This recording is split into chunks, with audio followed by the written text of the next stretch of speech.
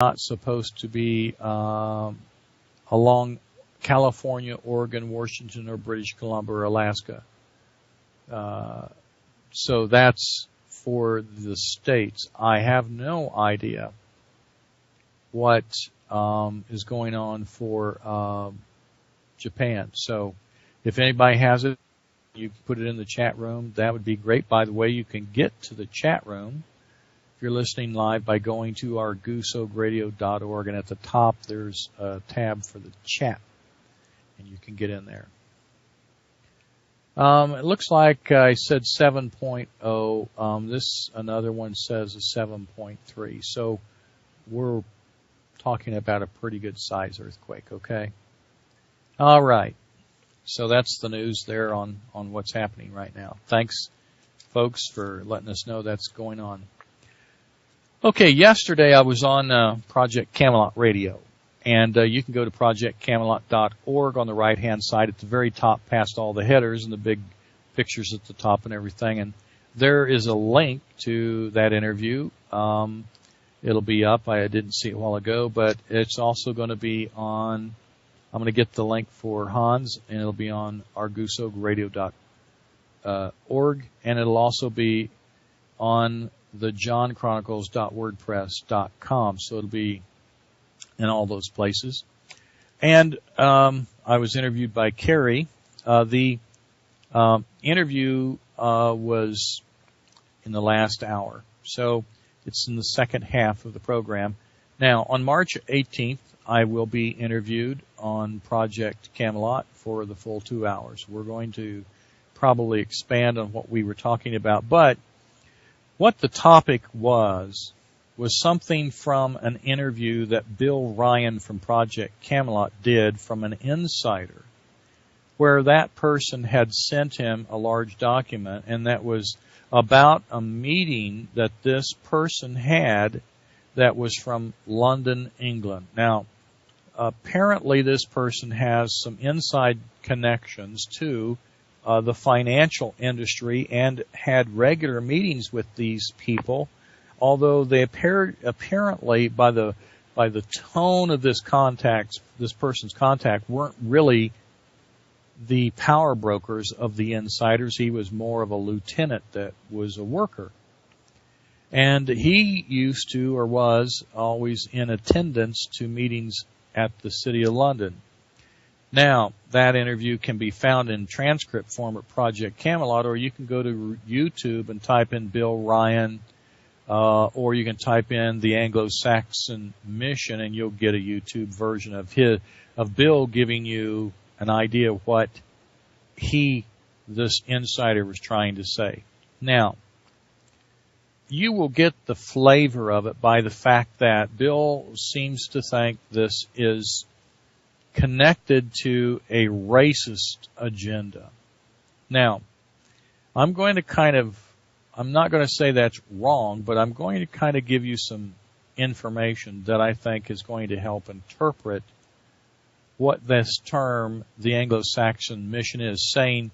In that interview, it was implied, or he actually said, that is a term that's used frequently. Well, it's not an operation, so it's not like Operation Paperclip.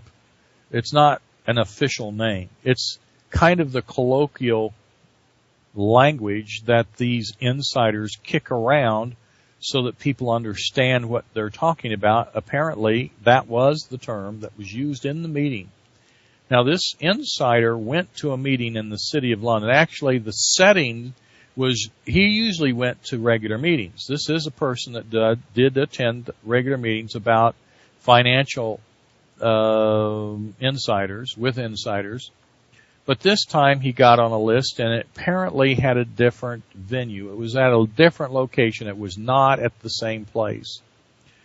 And because of that, he thought, well, okay, I'll go anyway. And so he did. And so what it found out was it wasn't the same kind of meeting, and he was a little bit taken back, apparently, by the topics and discussion. This isn't one of those kind of meetings, apparently, where they have tables, tablecloths, and glasses and notepads and a speaker, but it was a little bit more informal. Now, I don't know that there wasn't chairs and tables.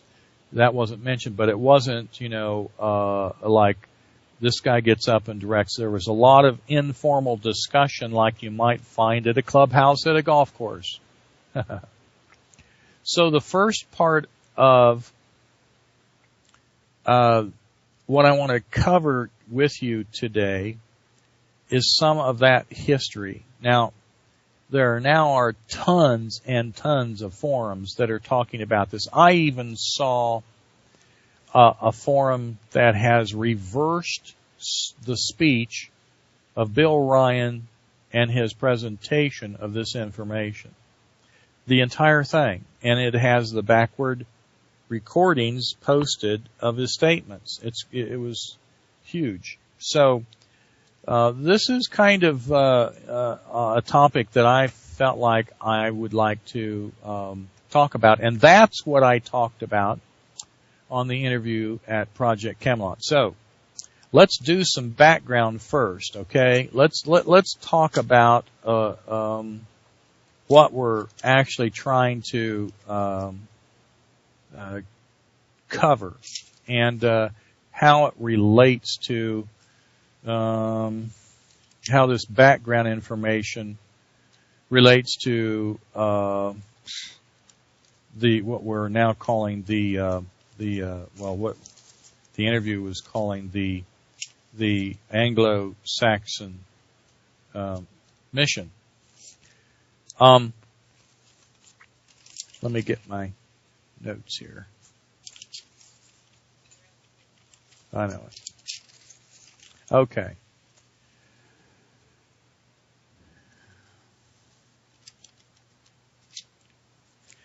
To start with, we obviously have something called the Anglo-Saxon mission.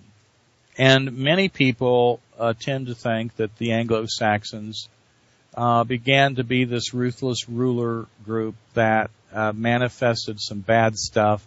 And now we have some of these Nephilim reptilian shapeshifters posing as Anglo-Saxon monarchs, and that purely all that the monarchical reign was about was to protect a line of that Nephilim group. And that's what monarchs are for.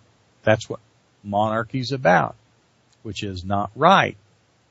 Because that's what it is today doesn't mean that's what it started out as. See, we're seeing the results of what has transpired over generations and generations and generations of monarchical rule. So the question is, if this is all about being bad guys and taking over people through being a monarch and a king, why do we have this legend of King Arthur and he's a good guy? Okay? Maybe it's not even legend. Okay? Well, it goes back to what we're all really, really interested in. And that's about this stuff called Nephilim. Let me cover that. Now, I call it Nephilim. Some people might call it Anunnaki, and some people even think Anunnaki means good. I'd like to tend to disagree with that. Let's talk about this for a second. The apocryphal book of Enoch talks about them as watchers. Now, Egyptians were desperately afraid of those netherworld people or beings called watchers. So most of their time was spent determining basically how to make or appease the judgment of these watchers, and one of them being Osiris and his 42 demons in Egypt. So, thus, the worship of his sister became important too in Egypt. Now, following Egypt's dominance, some folks called the Dorians came out of the north by the tens of thousands, and between, I think it's about 2800 to 2000 BC, they conquered most of the Mideast. But they did this for their god Zeus. Okay? So, through a blend of Sumerian religious beliefs and others, it resulted in a society of these folks called Dorians and the Society of Gods known as the